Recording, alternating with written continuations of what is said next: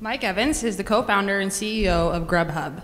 He graduated MIT in 2000 with a pile of degrees and an equally impressive pile of debt.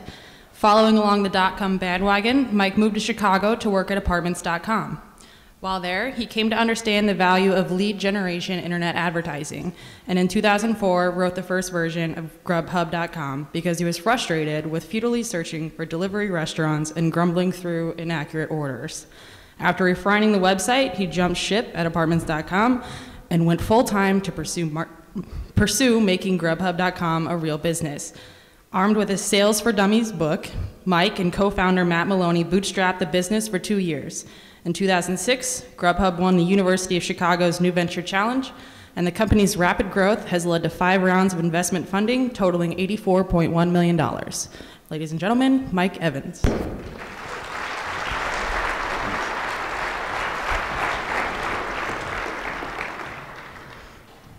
So as we just mentioned, Grubhub is a place where you can go online and you can find every restaurant that delivers to you. You can go ahead and order right online, totally free to use because we do lead generation for delivery restaurants.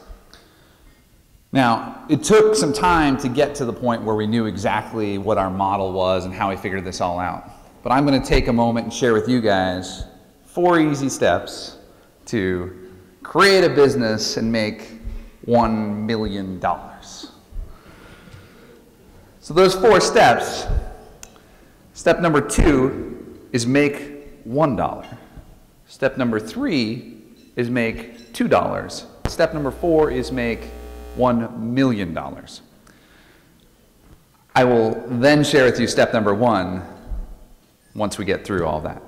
So back when we were starting, the whole idea was we were hungry. We wanted a pizza. We didn't know who delivered to us. We were sick of ordering the same pizza from the same place over and over again. And we knew that we could solve, there was this problem of just trying to find the restaurants that delivered to us. And we knew that we could solve that, or at least we thought we could solve that. And we figured we'd be able to build a product that allowed us to find all the restaurants that deliver to our address, maybe think about online ordering, all of that. But we didn't actually have anything built. My partner Matt and I, we talked a lot about what that product would look like, how we would do it, what we would actually build, but nothing actually happened. We talked for a couple months, nothing happened, and then one night, totally frustrated because I was on the 151 bus, which is a bus here in Chicago. I was on the way north in the middle of January, and the windows are covered in like snow and salt, and it's just you couldn't see out of it. And like I was literally jammed up into the armpit of the guy next to me because there were so many people on the bus, and I thought, I am not cooking tonight. I'm not doing it. I'm not ordering a pizza from the same place again. I'm going to stay up all night and I'm going to build this first version of the software. I'm going to build the first product. And so that's what I did. I pulled an all-nighter. I'd done it a bunch of times in college. And so I decided, all right, I know how to do this. I'm a couple years older, but I might as well try it again. So I didn't eat that night. I built the first version and went in the next day and told my partner, hey, built the first version of the website. We now have a site where you can go find all the restaurants that deliver to you, but there's no data on it, so it's totally useless. So he went and then started calling restaurants. He called for about a week. He called restaurants, signed a bunch of them up. And at the end of that week, he said, okay, we got all these restaurants. And then we were like, okay, so now we have a few hundred restaurants listed on a website. It's a good neighborhood guide. But it's not a business yet because we hadn't actually made any money. And so I said, well, why don't we go and try and sell restaurants? So he took a long lunch break, or maybe left work a little early, I don't exactly remember, but he ended up going down to a Chinese restaurant nearby us and sat in that restaurant for 3 hours talking to the manager, drinking a couple beers with the manager because he was also the bartender. Finally convinced him to sign up for the website. And he's like, great, just a check we'll do 6 months, $100 a month, just write me a check for $600 and we'll put you on the top of the website. And so the guy said, no, I can't do that, you have to talk to my mom. Okay, so now he ends up talking to the mom, who's actually the owner of the restaurant, who does not speak a word of English. And so with the bartender son as a translator for this restaurant, eventually convinced the owner of the restaurant, whose name is Lisa Ko, to write a check. And for that 6 months at $100 a month, they wrote a check for $140, which was my first experience in how salespeople can discount very deeply to get the sale done. So he came back to the office, he handed me a check for $140, and then the next morning I quit my job. Which was either a brilliant idea or a terrible idea. Because at the time I had, between my graduate degrees and my wife's graduate degrees, we had, you know, well into the six-figure digits of debt. I mean, just crazy. And I think you guys are probably all familiar with that concept. But why was it important at that point? Why was make this first dollar so important? The reason why making that first dollar was so important is because it's the line between a hobby and a business. If you can build something, if you can create something that someone's willing to pay something for, anything for, just $1, maybe $2, whatever, even if it takes you $50,000 worth of development costs to build that thing, to make that first dollar, that's a huge milestone, actually getting somebody to pay for your product. So that was the first milestone, and that's really what switched from a hobby to a business. And the other thing, we learned something else during that process. We learned that there was product costs. We learned that there was overhead in terms of building the initial product. We learned that it took a certain amount of time and effort to create the database and to gather all of the data. We learned that it took a certain amount of time, 5 hours, and learning a few Chinese words to sell a restaurateur. We learned all of these things in just that first thing. And so we built what is commonly referred to as a unit model. It's the model by which you say, hey, what does it cost to acquire one customer and how much money do you make from that one customer? So that was great. So we had a model for that. And we also learned something else, that the entrepreneur's scarcest resource is their time. I think most of us think that the scarcest resource is money. But the reality is that we only have a certain number of hours we can stay awake during a week. And once you use up all of those hours, there's nothing else to spend of that. You get another set next week, but it's not money, it's time. And there's an exchange rate. There's an exchange rate at which your time is valuable. And so when we started thinking about how we were going to write all this in a spreadsheet and determine what it costs us to run the business, we realized we needed to assign a dollar rate to ourselves and say, what are we getting paid? I think we picked $2 an hour. Not because we thought we were only worth $2 an hour, but because we weren't valuing our time. We had to put something that was not zero in our spreadsheets to figure out exactly how much it was going to cost to run the business and do sales and all that. So you finished step one. You've built a product. Somebody paid for it. You have some understanding of a unit model, some understanding of what it costs. Even if you don't have a spreadsheet, you have an intuitive understanding of it costs a certain amount of effort and time to get a customer. And that's great. You've gone from a hobby to a business. What's the second step? Second step is to make $2. But there's a catch.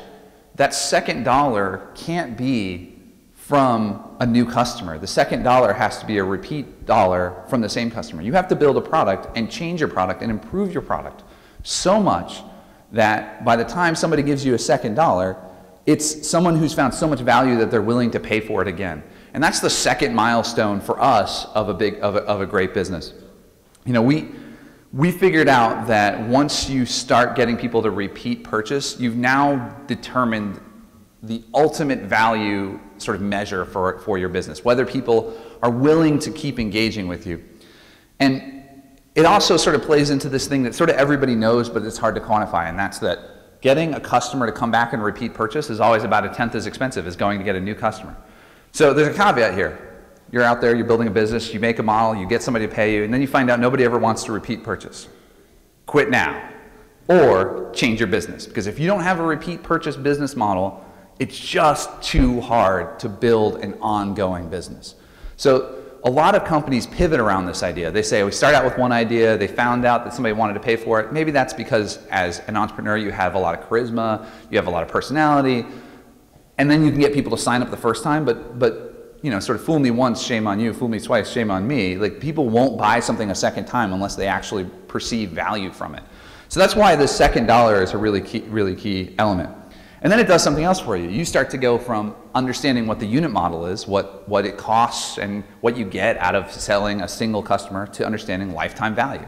And lifetime value is the amount of money that you make as somebody engages over the course of your business. So if somebody comes on Grubhub and places 10 orders in a year, then the lifetime value is 10 times as high as the single purchase.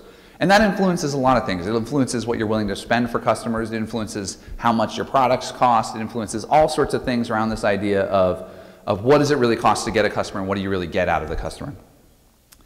For Grubhub, what that meant was we had started as a subscription model. We started out, and I got a Sales for Dummies book, and I learned some really important things in Sales for Dummies, like, or I think it's actually called Selling for Dummies. And what I learned was you don't make the sale unless you ask for it. Like, you actually have to ask people for money. It's a really uncomfortable thing to do the first few times you do it, and then you get good at it. You just ask people for money all the time. It's really a very valuable skill to have. Because if you don't ask people for money, they won't give it to you. If you don't ask a customer to actually buy your product, they won't buy it. If you don't ask an investor to put money into your business, they won't put money into your business. So this first concept with Sales for Dummies was ask the customer. The second concept was walk in through the back door of the restaurant, because then you get to go talk to the owner directly, which was an exercise in risk because I got thrown out of a few restaurants with that tactic, but I signed up a lot of restaurants too. So I was able to, through building relationships and being bold and asking customers for business, I was able to get to my first 100 restaurants. And a lot of those restaurants were repeat purchasing. But what was really frustrating is that sales is really hard. Going and walking into 100 restaurants and getting them to sign up for your business is really challenging. But what wasn't so challenging for us was getting consumers, getting people who use the website to come to the website through search engine optimization, through search engine marketing, through tools like that, referral, virality, all of those things. It's actually a little bit easier to get consumers to come to our website. So that's when we pivoted our model. We switched from being a subscription-based business to a transaction business. So instead of charging $100 a month for premium placement, we added online ordering, and now people could come online and they could place an order, and we just charged a small percentage to the restaurant, made sure that it was the same price to the diner, and we just started making a little, just pennies on each transaction. But every time we made 10 cents on a transaction, the restaurants made $1. So our interests were totally aligned. And we designed the whole business around this idea that we wanted sales to be easier, that we wanted it to be easy to go into a restaurant and say, there's no risk. There's nothing, you don't have to write me a check, you don't have to sign anything. You just say yes, I'll start sending you orders, and at the end of the month, we'll send you a check at the end of the week, we'll send you a check for all the orders that came through our system, minus our fees, which had the nice benefit of actually removing any collections issues, which can be challenging when working with small businesses. So this is the, so where are we in our grand quest to make $1 million? So we made $1, now we made $2, and step 2, step 3, step 4 is make $1 million. I'm going to skip over that because I'm pretty sure nobody's interested in knowing the secret for the $1 million. So the reality is you've actually gotten most of the way there. It really is a lot easier to make the millionth dollar than it is to make the repeat purchase from one customer. And the reason that's true is in the realm of what you're trying to do with the business, you're building a product, you're building a sales organization, you're building marketing, you're probably going to be good at one of those 3 things just coming out of college. You're probably going to already be an engineer and understand how to do product. You're going to have taken marketing classes, understand how to do search engine marketing, or you're going to have taken sales classes and you'll understand that the most important skill is relationship and asking for the money. But the other 2 things you're not going to be great at. So you have to figure out how to hire people in sales, marketing, and product, the 2 of the 3 that you're not good at, that aren't necessarily smarter than you, although that's really nice if you can find people like that. Don't be intimidated, just do it. There's nothing better than earning money off of someone else's intelligence. It's a really good racket to be in. But if you go and you find somebody who's better at marketing than you could ever be at marketing, or is better at sales than you could ever be at sales, or better at product than you could ever be at product, then just hire those people. That's exactly what we did. We found somebody who had been doing sales for 10 years and really wanted to get a chance at being a sales manager. And I found out something about salespeople at this point too, which is every salesperson that's ever lived wants to be a sales manager someday. So if you just say, come do sales for us and sell 200 restaurants, and then you can be our manager and hire somebody else, it's really easy to find really good salespeople because people want that opportunity. So marketing was, we found somebody who had been at a consumer product goods company at Unilever and understood how to build a brand, so we brought them along, and then they joined our team. But this $1 million concept is you've gotten a product and someone paid for it, and you understand the economics of that. Someone purchased something a second time, and you made repeat purchase from that, and now you understand lifetime value. And now you're putting people around you who know how to scale that, how to take it from, I did it once, to let me try and do it 100 times, and 1,000 times, and 1,000,000 times. And that's when you start to bring people into your team and start to really augment the quality of the folks that you have. Somewhere in there, you might start thinking about, I don't know, investors, like in this point. It's not, I think there's this paradigm in a lot of people's heads that you're like, I've got a business plan and a PowerPoint spreadsheet, so I'm gonna go find investors and build a product. Totally backwards from my perspective. Go build a product, sell it twice, figure out a little bit about scaling, and then go find investors. You have a much higher chance of finding quality investors with that plan than with this idea that your business plan is somehow, your PowerPoint presentation is going to somehow be flashier or better or more accurate than any other person's that's going to pitch these investors. It's better to come with a real business. But when you go to get investors, it's not about getting money. Every investor has money. It's the commodity that every one of them has in common. It's the least valuable thing that investors bring to a company. They're just the same part of this augmenting a team that adding marketing and sales and product people are.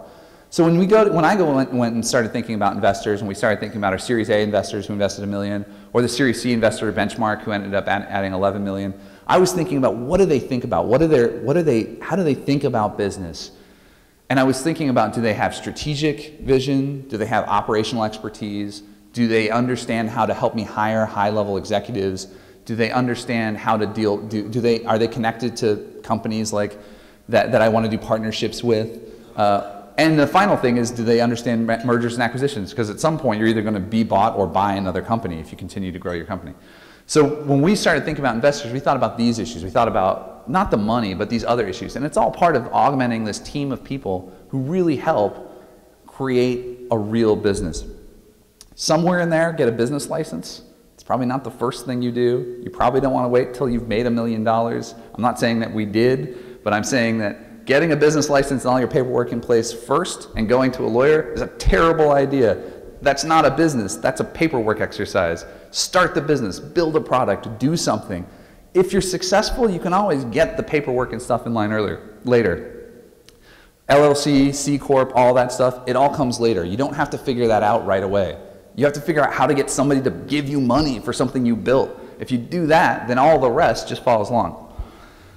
So step one is, so I said steps, so if you guys remember, we were at step 2, which was make $1. Step 3 is make $2. Step 4 is make $1 million. Step 1 is quit your job. Nobody is a good entrepreneur who does it as a side job. Metaphorical hunger, I wish I was successful and I have a hunger success, is not nearly as valuable as actual physical hunger. If I don't sell a restaurant, I'm going to eat ramen noodles. If you're in that paradigm, if you have to sell or starve, you will find a way to sell. If it's a part-time job, Tuesday turns into Wednesday, you go out to drinks with your new friends, you're not really focused on it. It's a terrible way to waste a lot of time and a lot of energy and a lot of creativity. Quit your job, throw away all the safety nets, and just go for it. I mean, you're already so much in debt. What do you have to lose anyway, right? I mean, the debt will still be there when you're done. Don't worry about it. So quit your job is a key point. I did it when we had $140 in revenue. So I sort of cheated because I said quit your job first and then build a product. But it was a matter of about 48 hours. So I'm going to go ahead and take credit as this is what I kind of did. There's something really great about quitting your job and doing this. And it's that concept I talked about before, that you put an hourly rate on your time. It's no longer theoretical. It's real. You actually pay yourself $2 an hour. And it makes you do things like, I mean, in my journey, as I started doing this, I made the intentional decision to only sleep 4 hours a night because I wanted 20 hours to work on the business, which is totally insane. And I couldn't keep it up for very long, only about 2 years. And it was brutal, but it worked. And maybe I could have done a better job with getting investment. Maybe I could have brought more help online sooner. But when it came to relationships with my family and friends and the business and sleep, I figured one of those three things had to suffer, and it was going to be sleep. So if you've quit your job, you can do that. You can make those choices. You can understand those sacrifices. Now, you guys get a bonus step because a lot of you don't have jobs yet. And that is not quit your job. It's get a job so that you can quit it. And the reason that this is important is because you learn a lot in your first job out of college. You learn a lot in a corporation about how companies do things well. What does an HR department do? What does a marketing department do? What does a sales department do? And you learn a lot about what they do really poorly, so that when you start to design HR policies or payment policies or figure out insurance and things like that, you start to realize this stuff was all wrong and I want to do it better, and people flock to that. It gets really easy to hire people when you do something different. And there's no way to know how it's different unless you were in the workplace in the first place. So I recommend everybody goes and gets a job, stays there for 6 or 12 or 24 or 36 months so that you can quit it, so that you can make $1 and then you make $2, and then $1 million is actually the easy part after you've done those first 4 things. So good luck to you all as you all go get jobs and quit them, and I look forward to hearing about your success.